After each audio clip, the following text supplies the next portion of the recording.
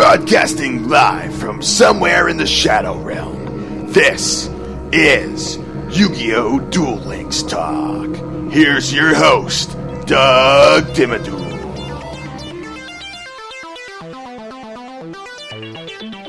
Hey there, and welcome to another episode of YuGiOh Duel Links Talk.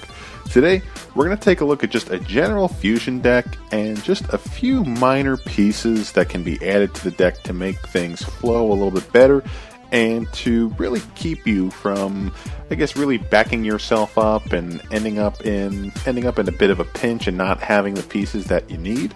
So the first thing I want to do is I'm just going to go through some of the cards. There's tons of variations of these fusion decks. You can have, just depending on what your play style is or depending on what fusion monsters you have available based on your resources. I know that the Crimson Kingdom box set has some really good fusion monsters, one of which is Dark Paladin, and the other one, I know it's that Buster Blader fusion monster. I still haven't gotten that one yet. Once I do, I'm going to be making a tweak to my fusion deck to include that one as well, and maybe switch things up, maybe add some Buster Bladers in there so I can kind of make a few more, just make it a little more dynamic. So basically the type of deck that I'm running right now, within the extra deck, I do run 2 copies of Master of Oz. It's a level, it's a level 9 fusion monster. It's got a 4,200 attack, 3,700 defense. It requires Big Koala and Death Kangaroo. So the reason why I have it is it's a 4,000 meter. I mean, with 4,200 attack, this thing is it's just got overwhelming strength that doesn't require as many resources as, say, Blue Eyes Ultimate Dragon or anything along those lines. So I know you have to get a little creative if you want a Blue Eyes Ultimate, and I don't know, just take advantage of a few different things to make that happen. But at least for my fusion deck, I don't use a Blue Eyes Ultimate. I just keep it down to the Master of Oz. So with that being said, I do run 3 copies of Death Kangaroo. Since I do have multiple copies of Master of Oz, I want to see Master of Oz on the field as quickly as I can.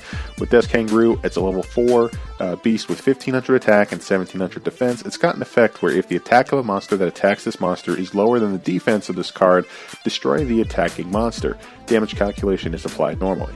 So you could also kind of switch things up with a deck like this if you do have Death Kangaroo and you have some trap cards that can potentially either drop your opponent's attack or increase your monster's defenses.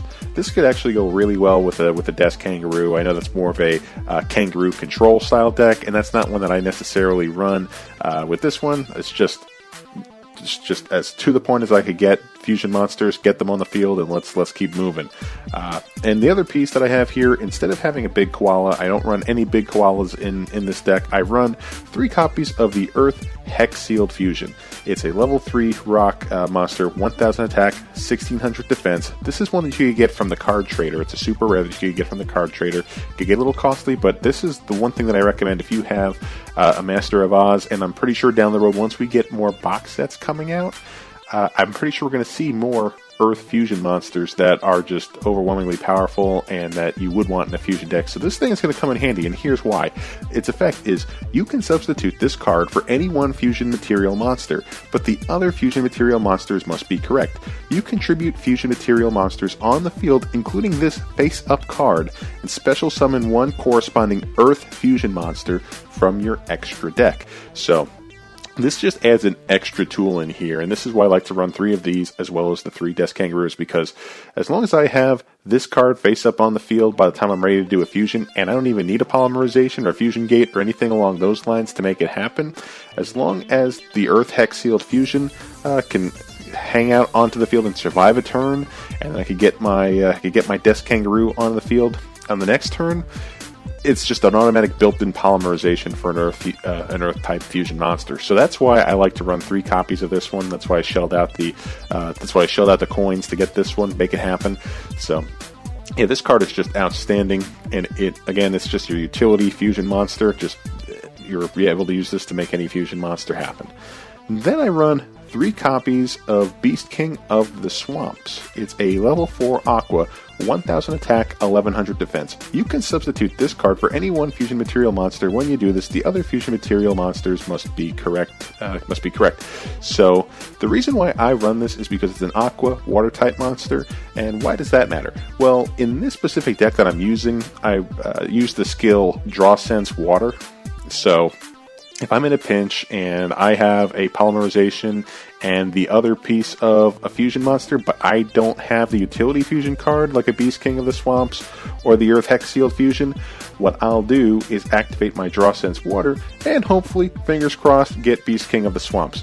Now, you could do that in that case, or you could use this skill for another reason, and what I like to use it for as well. And either way, I mean, I know you could use it in this way too, but also get a copy of Crystal Seer in your deck.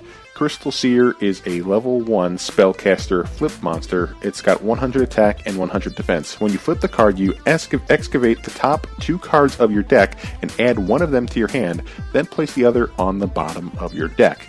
So, this is just, I don't know, this card was a game changer when it came out, where you were able, it's just a rare, so you could acquire it hopefully a lot easier than some of the other cards, but I do have 3 copies of this one, and this is also in the sense why I would also use the Draw Sense Water, is this is a water type spellcaster as well, so this one can get drawn using that spell sense too. So depending on your style of play or what you think you'll be needing more, you can either replace Beast King of the Swamps with a different monster type so that you don't get that drawn, or you can completely remove your Crystal Seers altogether and use a different tool to try and boost your draw power. It just depends on what your strategy is, but in this case I got 3 of each just because. I mean, it's not the perfect strategy, but it is what it is. So, but Crystal Seer is a great card if you get this one in your opening hand or in one of your hands where you may or may not have all of the pieces that you need to make a fusion happen. What this does is it gives you not just 1 extra chance, but 2 extra chances before your next draw to get the card that you need. Because what you're able to do is determine, based off of the top 2 cards that you excavate off the top of your deck, which one you need. So if you're really trying to get a polymerization, use your Crystal Seer. Hopefully you could activate a slip effect, whether it gets defeated in battle, or if you wait until the next turn and your opponent didn't attack you, activate it, and you can see what the next 2 cards are, and more likely than not, you should see what you're looking for in this type of deck, but, you know, it's not a perfect thing, it's never going to be 100%, but this thing just really helps my fusion type deck just a lot better than before this card was available. So, anyway, I also like to run 2 copies of Dark Magician in here, you know, the level 7, 2500 attack, 2100 defense. I also run a copy of Summon Skull. It's a level 6, 2500 attack, 1200 defense. And the reason being is because in my extra deck, I run a copy of Dark Paladin, and I also run a copy of Black Skull Dragon. So those are the fusion monsters on top of my Master of Oz. What I'd like to do with the 5th slot is get that Buster Blader fusion, maybe switch things around and remove the Dark Magicians altogether and put in just Buster Bladers. That way I could use one of the 2 Buster Blader fusion monsters, because Dark Paladin requires a Buster Blader, and so does the other Buster Blader fusion card. But Dark Paladin is a great card that I like to see early on if I could. If I'm not talking about Master of Oz, I want to get Dark Paladin, because what it is it must be fusion summoned and cannot be special summoned by other ways. During either player's turn, when a spell card is activated, you can discard 1 card, negate the activation, and if you do, destroy it. This card must be face up on the field to activate and resolve this effect, and this card gains 500 attack for each dragon-type monster on the field or in either player's graveyard. So, depending on what type of deck you're ending up playing, Dark Paladin is just an all-around beast, and it has big play potential, especially if you're going up a Blue Eyes deck, going up against a Blue Eyes deck or some kind of Mokuba Dragon deck or anything along those lines. You're going to be seeing a lot of dragons on the field and in the graveyard. Get your Dark Paladin out there, and it's pretty much a win condition right there. You're in good shape. I also run Black Skull Dragon just because it's got 3200 attack, 2500 defense, and it's also treated as an Archfiend card, so depending on what other spells you might want to run, this could come in handy. So, but I don't necessarily do anything too fancy with it. I just like having it just because of the pure attack power on that card.